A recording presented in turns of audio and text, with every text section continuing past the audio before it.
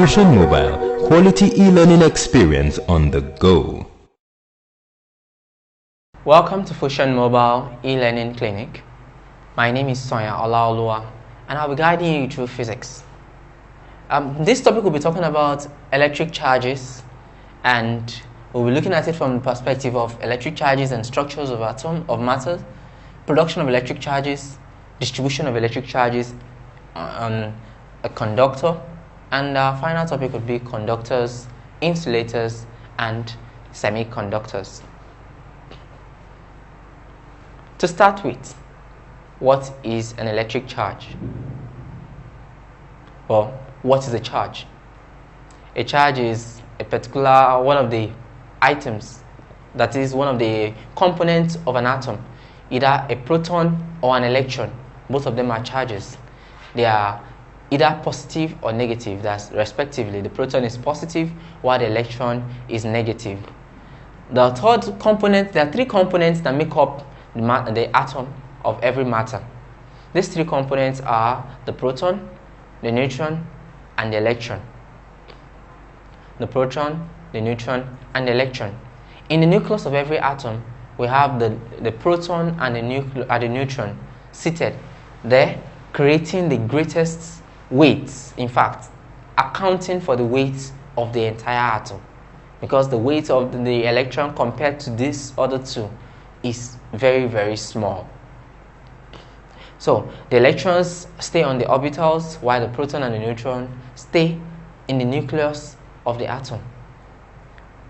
Now, how do we generate electric charge? Sometimes, I remember when we were much younger, I know many of you might want to try it again. You take the cover of your biro and you rub it through your hair, and cut a piece of paper and you take it close to it.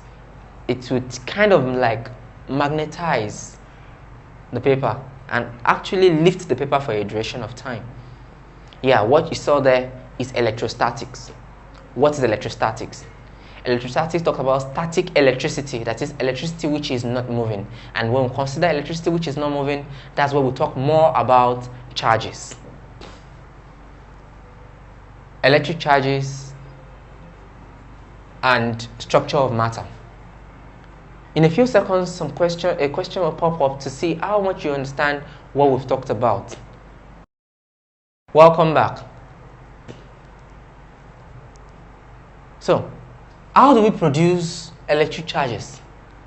Production of electric charges is done using one of three different methods. That is via friction. You can also produce it via contact, as well as via electrostatic induction. So, how do you produce electric charges via friction? Of course, I described one to you earlier. You take the cover of your biro and you rub it through your hair. A kind of electrostatic field is created on the biro cover, which is actually positively charged and can lift your negatively charged paper. It would attract it. Of course, we know that like poles attract, unlike poles repel.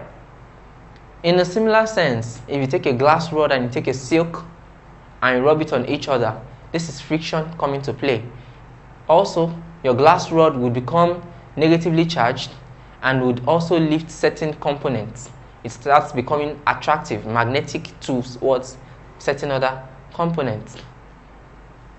So, friction can actually create electric charges. How do we mean when we say contact? If you bring a particular body which is not charged in direct contact with the body which is charged, the body which is charged would absorb the free electrons that it can absorb, that is positively charged. It will absorb the electrons and to leave the other body positively charged. So that's another way of creating charges in a component. And also we have induction, electrostatic induction. This electrostatic induction is done by bringing a body close to the one which is really a charged body close to a body that is not charged. It does not make physical contact, does not touch it. It only stays close to it, thereby attracting certain charges towards that side, and you can earth those charges. That is, you can connect the charge and the body to the earth, and those charges will flow through the conductor into the earth, and it will leave the body charged positively.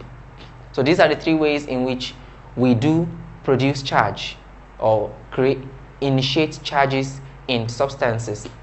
For us to detect the presence of a particular charge, we do use the gold leaf electron scope. We use the electron scopes to check the presence of charges, and more preferably we like to use the gold leaf electron scope. The gold leaf electron scope is made up of several parts, several components, which has a brass cap, an insulator to prevent the electron scope to prevent the charge from being lost. That is, to be lost to the metal casing.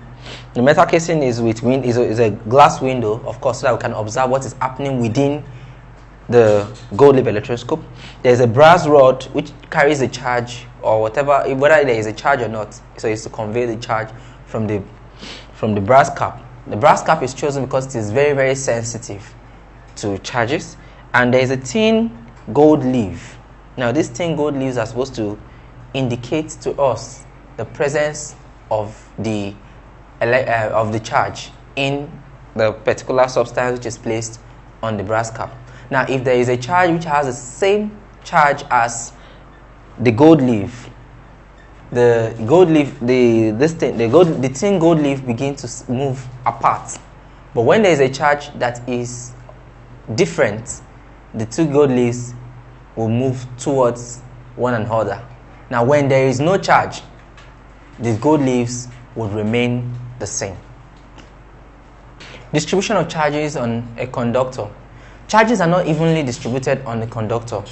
They are scattered all over, depending on where and which place is earthed, and what kind of other charges are around that particular conductor.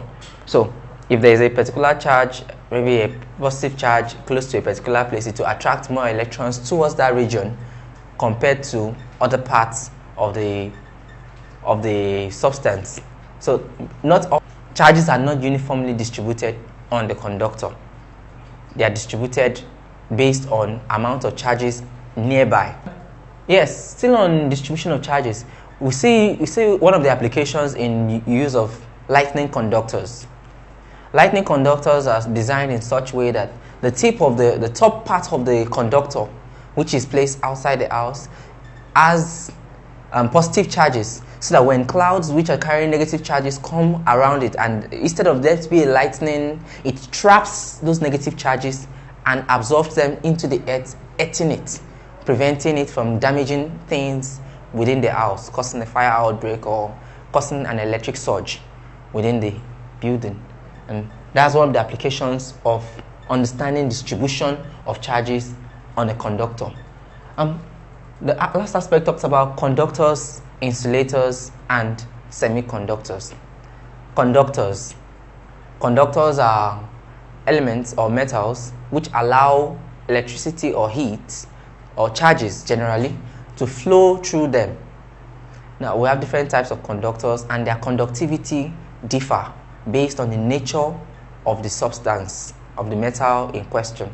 Also, in the insulators are substances, metals or non-metals, which do not allow the flow of charges through them. They oppose the flow of charges through them. While semiconductors are neither insulators nor conductors, but behave like both of them. They select the kind of charges which they allow to pass through them. They are selective kinds of conductors. So they allow some kind of charges under certain conditions to pass through them, while they repel some other charges under certain conditions. Examples of conductors: we have very good conductors as iron, steels. We have very good insulators as conductor steel, graphite. We have very good insulators as cork, as diamond. even though diamond and graphite are both carbon, but one allows electricity, the other totally does not allow. We also have semiconductors, and we have examples of semiconductors as silicon and germanium. In this topic, we considered electric charges, and we looked at electric charges. We described electric charges that's in electrostatics, as study of charges as in electric currents that are stable, that are non-moving currents. And we described, you said, nature of every matter. The atom of every matter actually has at its core, which is the nucleus, the proton and the neutron, and on the orbitals have the electrons flowing. We also discussed the production of charges. We said charges can be produced through 3 different means. There's friction, contact, and electrostatic induction. We talked about distribution of charges in conductors, that charges are not uniformly distributed in conductors. We also made mention of the fact that the gold leaf electronscope is used for detecting the whole thing. We also mentioned that the gold leaf electronscope is used for detecting the presence of charge in a particular component. And conclusively, we discussed conductors, insulators, and semiconductors, mentioning that conductors allow the flow of charges through them, insulators prevent charges to pass through them, while semiconductors select the kind of charges which will be allowed through them.